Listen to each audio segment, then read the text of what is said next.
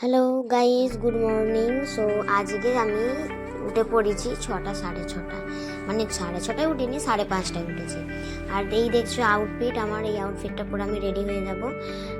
So এত সকাল সকাল কেন উঠেছি তোমরা দেখতে থাকো, ব্লগটা পুরোটা দেখলেই তবে বুঝতে পারবে যে এত সকাল সকাল কেন উঠেছি। সো আমি রেডি হয়েছি, ময়শ্চারাইজার করে নিয়েছি মুখে, প্রাইমারটা মাখবো, মেখে এবার একটু ফাউন্ডেশন আর ল্যাকমি সিসি ক্রিমের সাথে অ্যাপ্লাই করে দুটো মিশিয়ে মুখে অ্যাপ্লাই করে নেব। মুখে অ্যাপ্লাই করার পর আমার যে একটা বিউটি ব্লেন্ডার আছে সেটাই ভুলে গেছি, সো হাতে করেই মাখতে যাচ্ছিলাম। তারপরে এই বিউটি ব্লেন্ডারটা দিয়ে আমি ইউজ করছি। সো এই বিউটি ব্লেন্ডারটা হচ্ছে এরকম তুবড়ে তাবড়ে একসা হয়ে গেছে। কেন হয়েছে? কারণ না, আমার একটা মেকআপ টিউটোরিয়াল দেখেছিলাম ইউটিউবে। সেই ইউটিউবে টিউটোরিয়ালটা দেখাচ্ছিল যে বিউটি ব্লেন্ডারটাকে ভিজিয়ে রেখে মুখে ওটা অ্যাপ্লাই করলে নাকি খুব সুন্দর ব্লেন্ড হয়। সত্যি খুব সুন্দর ব্লেন্ড হয়, তোমরাও চাইলে করতে পারো। সো আমার বাদ বাকি যেটা ফাউন্ডেশনটা একটু বেশি হয়েছিল, আমি একটা ডিব্বাতে ঢেলে রেখেছি। ঢেলে রাখার পর আমি একটু হাতে লেগেছিলো, একটু হাতে মেখে নিয়েছি। তারপর আমি কাজল পরে নিচ্ছি। আর মেকআপ কিটের মধ্যে আমার এই জিনিসটা খুব ভালো লাগে, কারণ না কাজলটা আমার চোখে অ্যালার্জি থাকার জন্য কাজলটা আমি ইউজ করতে পারি কোথাও গেলে। তারপরে এই লাইনার খুব কঠিন তাই ভাই, ও কোন দিকটা ঠিক হবে, কোন চোখটা বেঁকে যাবে, তাও বেঁকে গেছে, তাও আমি একটু ঠিকঠাক করে নিলাম। ঠিকঠাক করে নেওয়ার পর এবার আমি লিপস্টিক পরে নেব। আমি এখন লিপস্টিক খুঁজি, কোথায় গেছে লিপস্টিকটা। হয়ে গেছে আমার লাইনার পরা।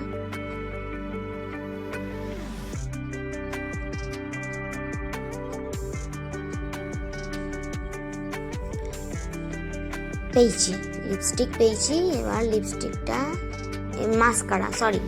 মাস্কারা পরে নেবো একটু চোখের পাতাগুলো বড় বড় করার জন্য। সো হয়ে গেছে আমার মাস্কারা পরা, একটু ছিটিয়ে গেছিল মাস্কারাটা। সো টিস্যু দিয়ে আমি পেয়েছি লিপস্টিক পেয়েছি। লিপস্টিক অ্যাপ্লাই করে নেবো ঠোঁটে।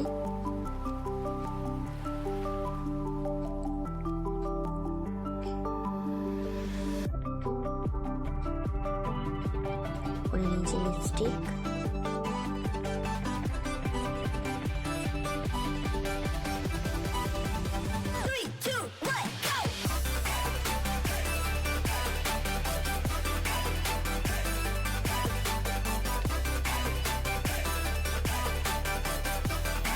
তো 2025-এর ডিসেম্বর মাস চলেই এসেছে। তো ডিসেম্বর থেকেই আমাদের পিকনিক সব চালু হয়ে যায়। তো আমিও একটু ঘুরু করতে যাচ্ছি বর্ধমানের দিকে। আমার শরীর ঠান্ডা লেগে গেছে, একটু কাশি করছিল, তো মানিয়ে নিও একটু।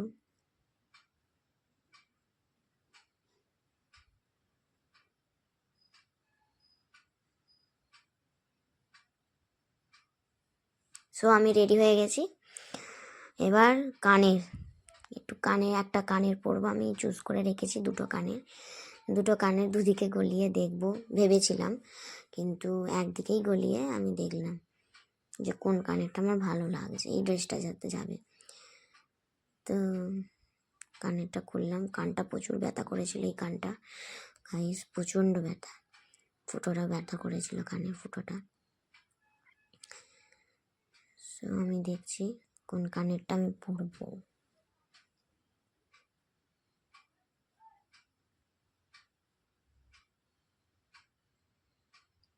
এক্ষুনি তাড়া মারবে আমার মা তো কিছু সাজে না, সাধারণভাবেই যাবে,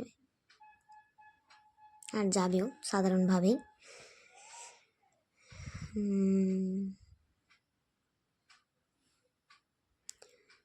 কানের আমি এখনো খুঁজে পাইনি।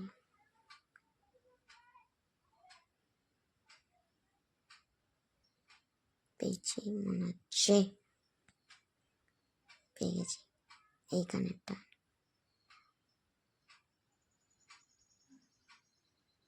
কিন্তু আমি এই কানেরটা পরবো না, দেখবো কোনটা ভালো লাগে আগে পরে।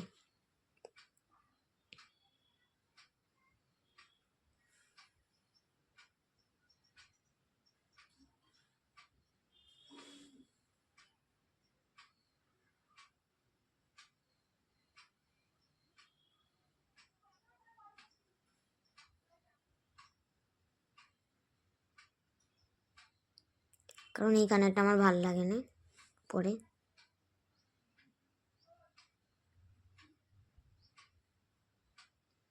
আর একটা কানের নিলাম, সেটাও মনে হচ্ছে আমার ভালো লাগছে না। না, এটা বেশ ভালো লাগছে, এটাই পরে যাব। আমি ঠিক করলাম এটাই পরে যাব। সব পরে নিচ্ছি।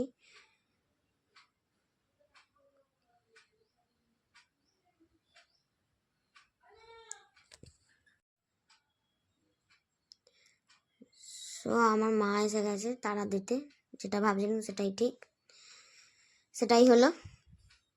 তো আমি এবার তাড়াহুড়ো করে আর একটা কানে পরে নেব।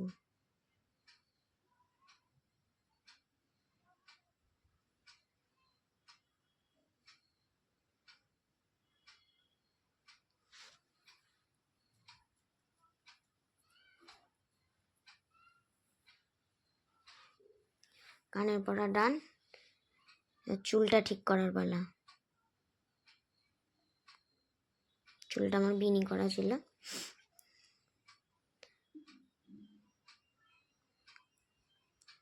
সেটা চুলটা আঁচড়ে নেব। আমি বিনুনি করেই যাব, বেনি করেই। আমি চিরুনি খুঁজি, চিরুনি পেয়ে গেছি। ক্লিপ বার করছি, সাইড ক্লিপ, যার কারণে আমি হেঁটে যেতে পারি চুলটা ঠিক করে বেঁধে।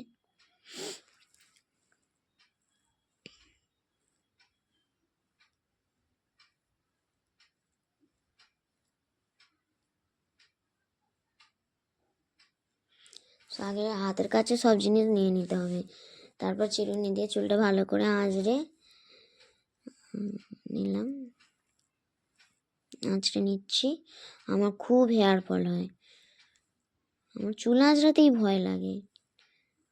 চুল আঁচড়ালে কতগুলো আবার হেয়ার ফল হবে, কতটা পরিমাণে।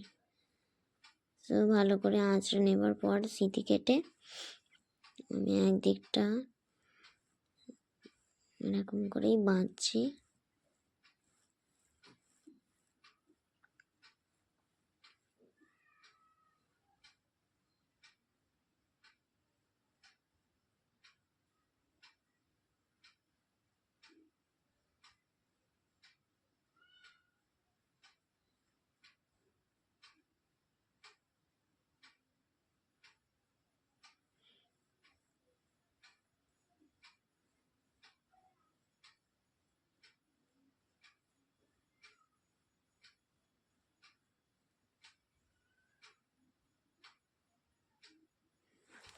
তো সাইডটা পাকিয়ে নিয়ে আমি চুলটা আটকিয়ে দেবো, দিয়ে দু সাইডটাই এরকম সেম করব। সেম করে আটকে নিয়ে সাইড ক্লিপ দিয়ে আটকে নিয়ে এবার আমি বেনি করে নেব।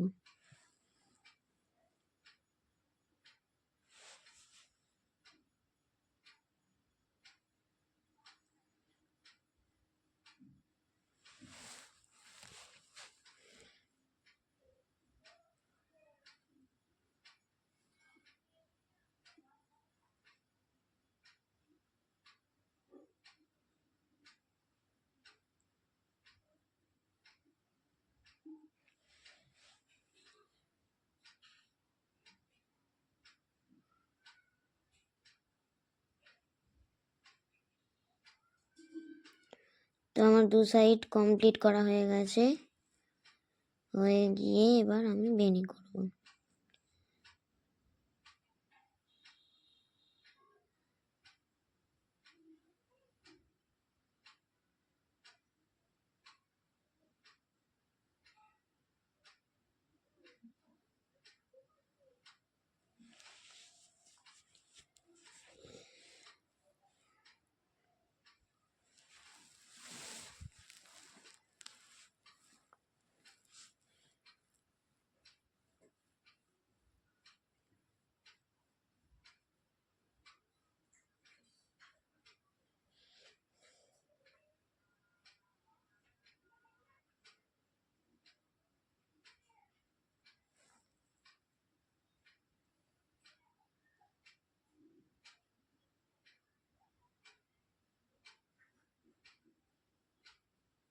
এবার আমার চুল বাঁধা ডান।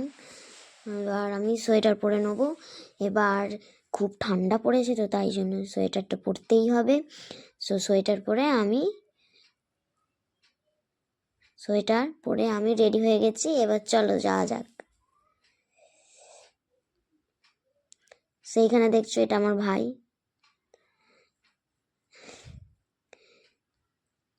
এবার আমরা ট্রেনে বসে পড়েছি যাব বলে। দিয়ারা স্টেশন থেকে ট্রেনে উঠে পড়েছি। আমার বাড়ি হচ্ছে দিয়ারায় তারকেশ্বর লাইন। দিয়ারা থেকে যাব কামারকুণ্ডু যাওয়ার জন্য বসতে হবে ট্রেনে। ট্রেনে বসে পড়েছি।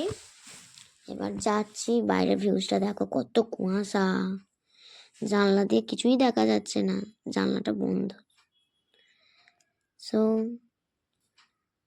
তারপর কামারকুণ্ডু থেকে বসে পড়েছি বর্ধমান জাংশনে যাওয়ার জন্য। বর্ধমানে যাব। বর্ধমানে গিয়ে পৌঁছে গেছি 108 মন্দিরে, শিবের 100, ভোলে বাবার 108 মন্দির। এবার দেখা যাক। এই যে ভোলে বাবা, জয় ভোলে বাবা।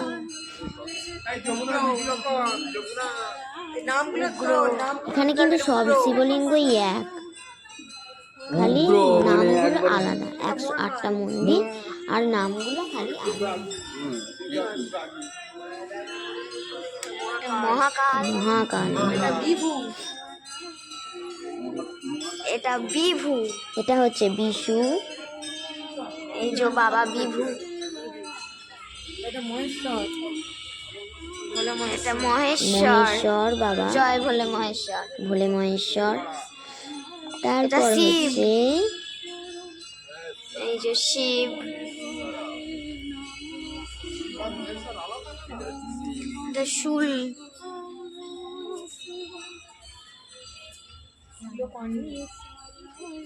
এটা সুলপানি,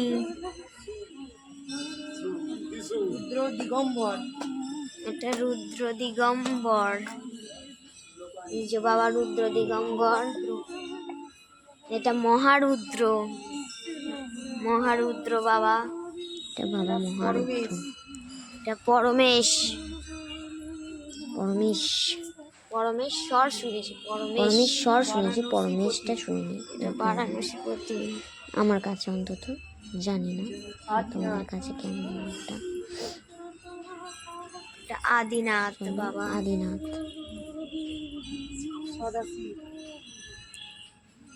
এটা সদাশিব, এটা হচ্ছে এটা শ্রী বিশ্বপতি।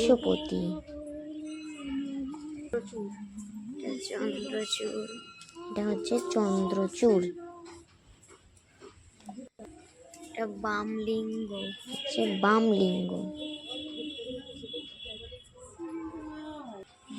এটা কপিলেশ্বর।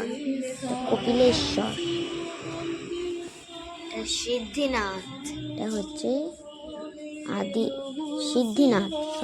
আদিনাথ বলতে যাচ্ছি। এটা কৃপানাথ, এটা হচ্ছে যোগেশ্বর, কেশব,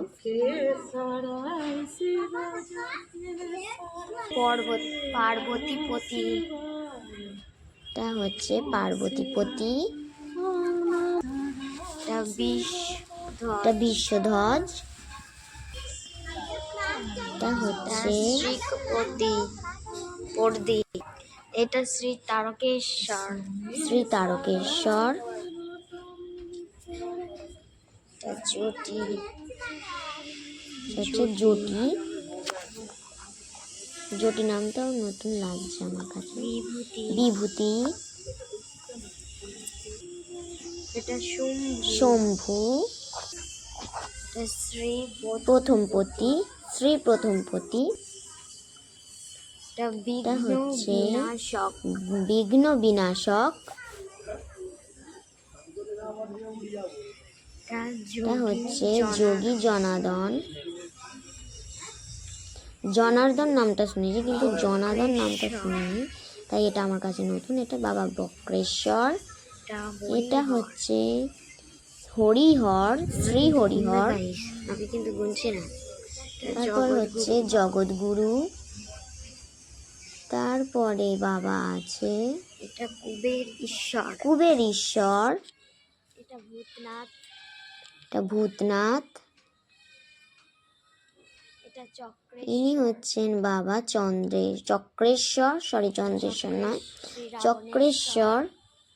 তারপর হচ্ছে দেখতে থাকো এবার, এটা জগন্নাথ, জগন্নাথ,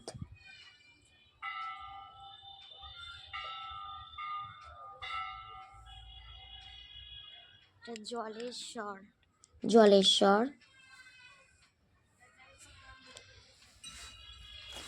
সো এই রকম করে 108টা মন্দির আছে বলে মহেশ্বরের বর্ধমান জেলায়।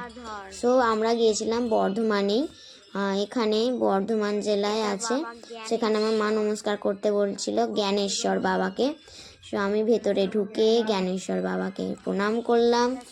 এবার প্রণাম করে এবার আবার দেখতে শুরু করলাম। তারপর বাবা শ্রী ঘণ্টেশ্বর, তারপর আছে বাবা উমাপতি,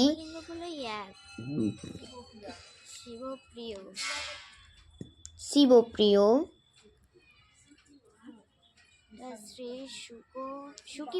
শ্রী বাসুকিপতি,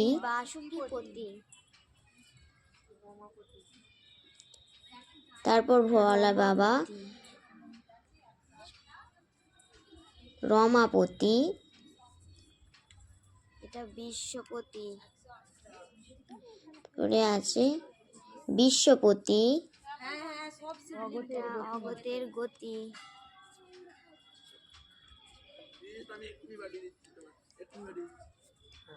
এটা যদুনাথ,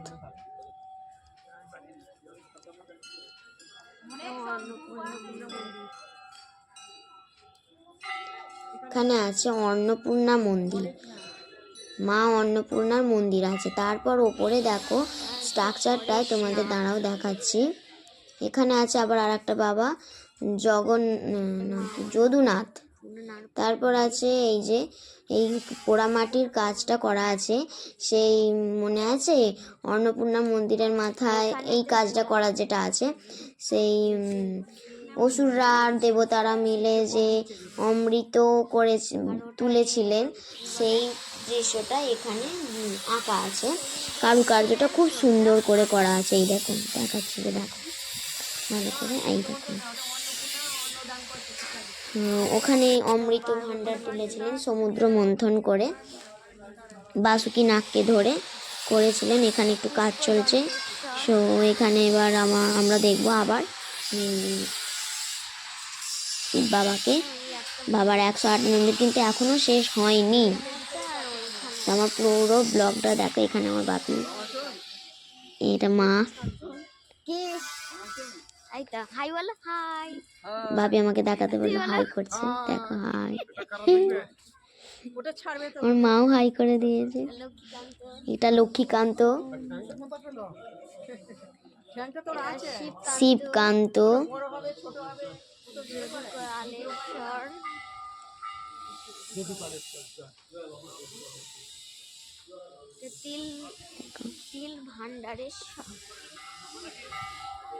এটা তিল ভান্ডেশ্বর। সেখানে অনেক পর্যটকই আসে দেখতে, এনারা দেখছেন। একটু মানে নামগুলো না আমি ভালো এনাদের জন্য তুলতে পারিনি, কারণ এনারা যাতায়াত করছেন তো, তাই জন্য আসেনি, তুলেছি মানে আসেনি সব কটা নামই আমি বলতে পারছি না এখন। তোমরা যাবে অবশ্যই, গিয়ে এই তীর্থস্থানটা ঘুরে আসবে। তীর্থস্থান বলতে ওই আর কি টেম্পল, এই টেম্পলটা ঘুরে আসবে। এখানে এইটা খুবই বিখ্যাত। এইটা আমার মা দেখাচ্ছেন নীলকণ্ঠ বাবাকে, নীলকণ্ঠের বাবার মাথায় ঝাড়ি বাঁধা, ওই ঝাড়িটা দেখাচ্ছি, দেখো এই দেখো, মানে ঝাড়ি কি না আমি জানি না, এটা ঘট মতো বাঁধা আছে, তলা ফুটো করা আছে, তলা থেকে বাবা নীলকণ্ঠের মাথায় এক ফোঁটা করে সারাদিনে জল ভরে, ওটা জল ভরা থাকে। নীল হয়ে গেছিল তাই। তো বাবা নীলকণ্ঠ নামটা কেন হয়েছে নিশ্চয়ই জানো তোমরা সকলেই। বাবা সমুদ্র মন্থনে বাবাকে বলা হয়নি। সো সমুদ্র মন্থনে বাবা যখন খবর পান যে ওনারকে না বলে সমুদ্র মন্থন করে অমৃত তোলা হচ্ছে, সো উনি তারপর রেগে গিয়েছিলেন। লাস্টে কি পড়েছিল, ওই বাসুকি নাগের বিষটা পড়েছিল। সেই বিষটা মানে গরলটা তিনি পান করেছিলেন, তাই জন্য তার গলা নীল হয়ে গেছিল। তাই থেকে বাবার নাম হয় নীলকণ্ঠ দেব।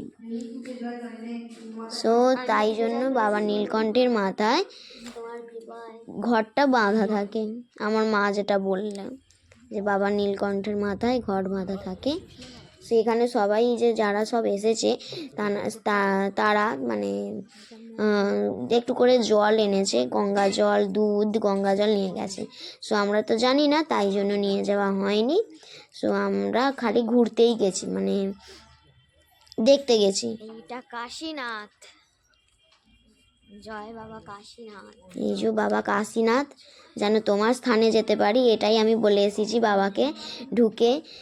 হে কাশীনাথ, যেন তোমার স্থানে মানে আসল স্থানে যেন যেতে পারি, এইটা কৃপা করো আমার। কারণ সব কিছুতেই তো বাবার একটা টান, মানে কোনো ভগবানেরই একটা টান থাকে, যে আর তোমরা বিশ্বাস করো কি না জানি না, আমি অন্তত বিশ্বাস করি। সো আমি সেটাই বলে এলাম, বাবা আমায় কৃপা করো যেন তোমার স্থানে আমি যেতে পারি। এটা আশুতোষ। বাবা যদি কৃপা করে তাহলে সেই ব্লগও তোমাদের সাথে শেয়ার করব। এটা বাবা ঈশান।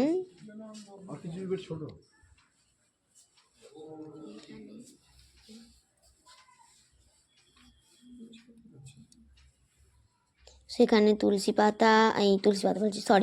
বেলপাতা। তুলসী পাতা কিন্তু মহাদেবের চলে না, বা শিবের কোনো মূর্তিতেই চলে না।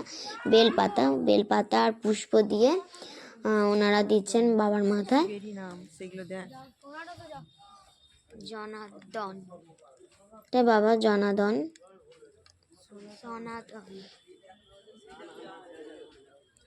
এটা সনাতন।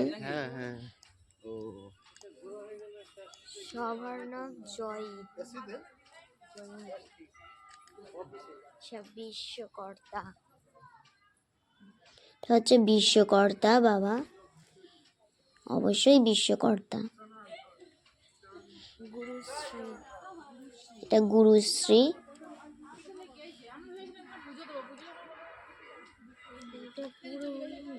এটা হচ্ছে পরম গুরু। এটা হচ্ছে চক্রী। এটা চন্দ্রনাথ। এটা হচ্ছে চন্দ্রনাথ। চন্দ্রনাথ নামটা কেন হয়েছে বলো তো গাইস? চন্দ্রনাথ জেনে থাকলে আমাকে কমেন্ট করবে, কমেন্ট করে জানাতে কিন্তু ভুলবে না যে চন্দ্রনাথ শিবের নাম কেন হয়েছে। গুরুধ্বনি, এটা গুরুধ্বনি। এটা পুষ্প দন্তনাথ। এটা হচ্ছে মাথার ঘন্টা। এটা ত্রম্বক।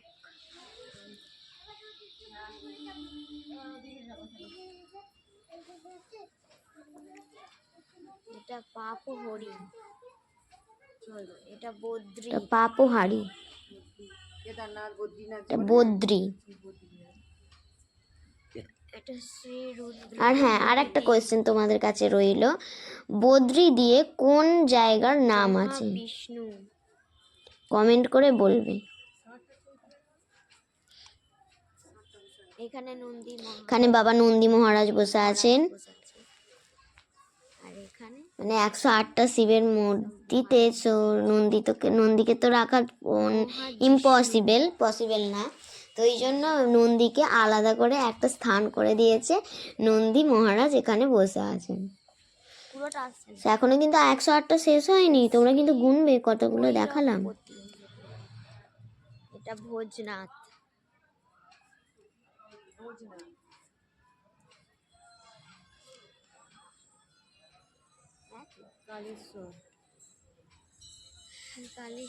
সব কটাতেই কিন্তু একই শিবলিঙ্গ বসানো আছে, কিন্তু শুধুমাত্র নীলকণ্ঠের মাথার উপর ওই ঘরটা বাঁধা আছে। এটা কবি রাজনাথ। এখানে ইনি ফটো তুলছিলেন স্টাইল দিয়ে। সে যাই হোক, তুলতেই পারে। এটা ত্রাটক ঈশ্বর। এটা মদন ওড়ি। এটা সুর ওড়ি।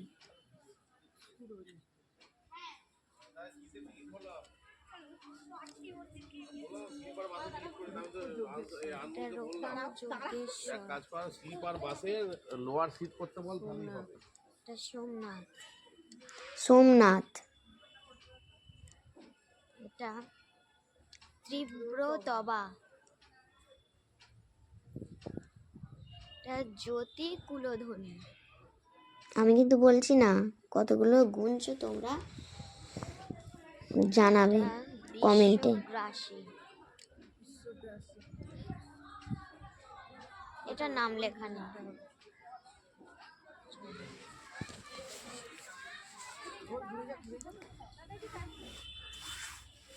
এটা সর্বগ্রাসী।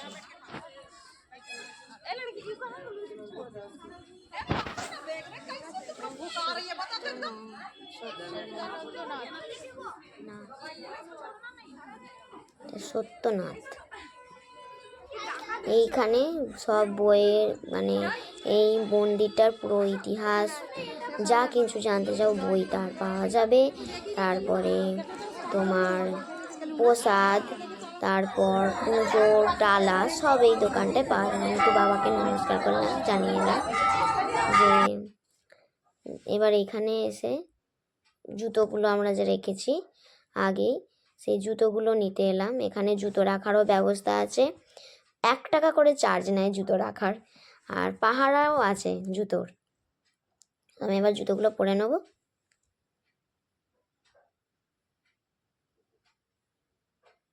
এখানে একটা মামি দিদা এসে বলছে আমি বসি। আমি বলছি হ্যাঁ বসো না, কোনো অসুবিধা নেই, বসো। বলছে ভিড়টা কমুক তারপর জুতো পরবো। তাই করবে। সো আমার জুতোটা আগে পেয়ে গেছি বলে আমি নিয়েছি। আমার একটা কাকিমা দিয়েছে, এটা আমার মায়ের জুতো পরা হয়ে গেছে। সেটা হচ্ছে ঢোকার গেটটা, মানে মন্দিরে যে এতগুলো 108 মূর্তি দেখলাম, সেটা ঢোকার গেট। এখানে হচ্ছে হরগৌরী বসে আছেই প্রথমেই। এখানে নটরাজ,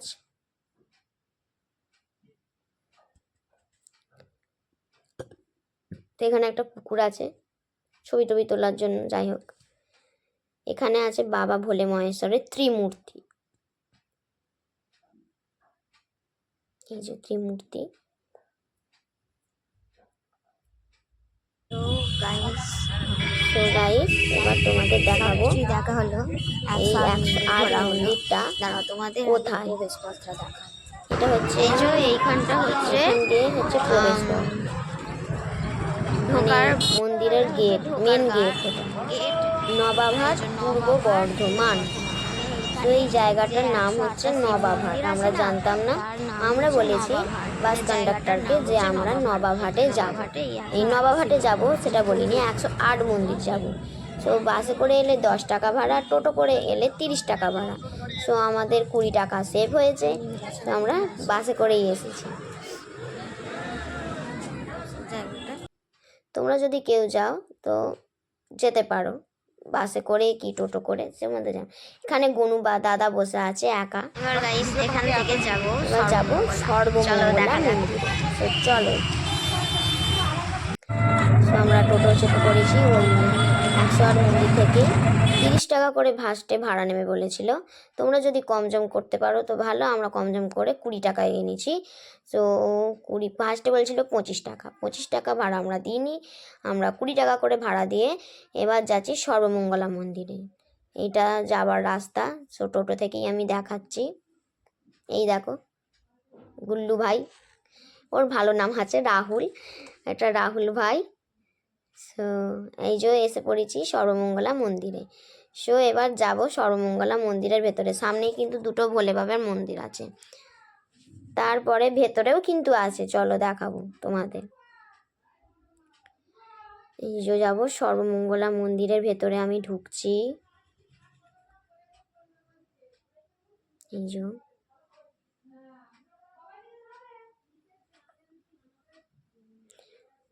মা,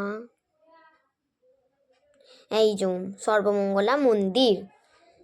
সো এখানে পুজো দেওয়ার জন্য লাইন পড়ে গেছে অলরেডি। আমার মা লাইনে দাঁড়িয়ে আছে, আমি দেখছি লাইনটা কতটাই, দেখো লাইন এখান থেকে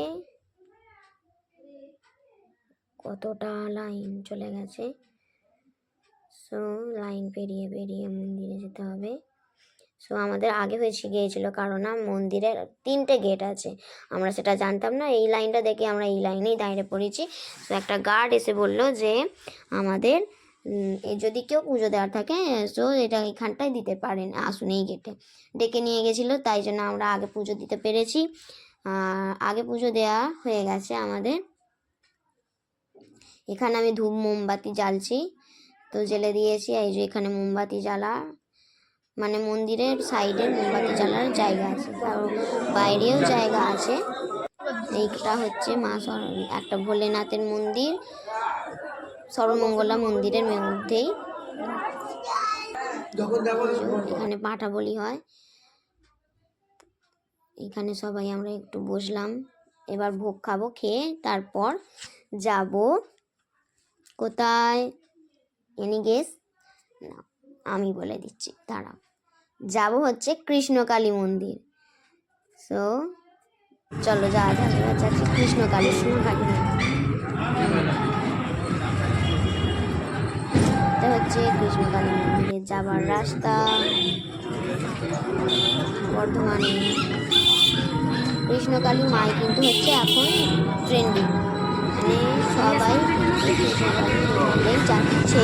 বর্ধমান থেকে না, রেল স্টেশন থেকে টোটো করে সব টোটোলাই হাঁকছে কৃষ্ণকালী মন্দিরে। কৃষ্ণকালী মন্দিরের ভিড়টা দেখো গাইস, খালি ভিড়টা দেখো।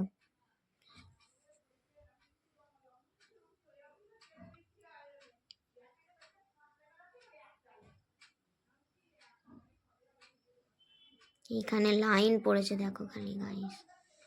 তো কৃষ্ণকালী মন্দির দেখা হয়ে গেছে। সো দেখে আমরা যাব এবার বাড়ি। সো এবার টোটো করে যাচ্ছি স্টেশনে, বর্ধমান স্টেশনে।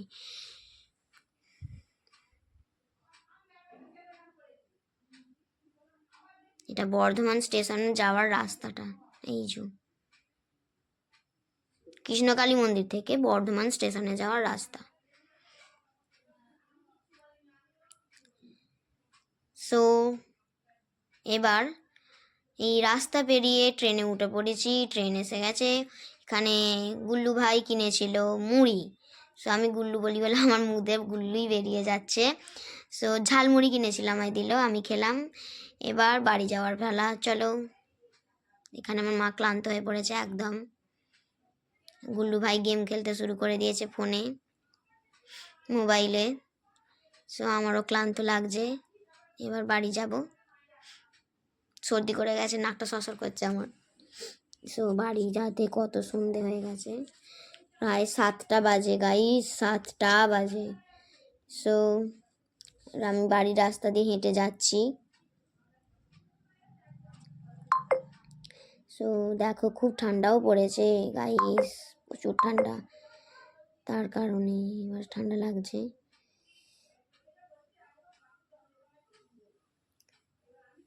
সো টাটা, আমি এখন চলে এসেছি বাড়িতে। তো বাড়িতে এসে এবার আমি চেঞ্জ করে বসে পড়েছি। সো ব্লগটা এইখানেই শেষ করছি। Tata, love you guys.